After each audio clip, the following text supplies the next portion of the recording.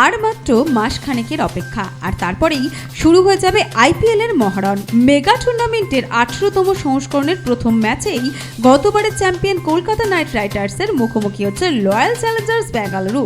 সদ্যই আরসিবির নতুন অধিনায়ক নির্বাচিত হয়েছেন রজত পাতিদার, আর সেই ম্যাচের আগেই কার্যত হুঁশিয়ারি দিয়ে রাখলেন চন্দ্রকান্ত পণ্ডিত।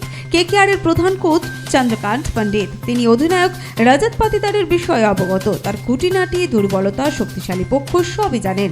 আসলে আইপিএল এ কেকেআর এর কোচিং এর দায়িত্ব পালন করলেও পণ্ডিত আবার ঘরোয়া ক্রিকেটে মধ্যপ্রদেশের কোচ, আর এই দলের হয়েই খেলেন রজত পাতিদার। এই দলের অধিনায়কও বটে তিনি, অর্থাৎ আইপিএল এর প্রথম ম্যাচে গুরু ও শিষ্যের টক্কর দেখা যাবে ভালোই। আর সেই ম্যাচের আগেই শিষ্যকে হুঁশিয়ারি দিয়েছেন কোচ।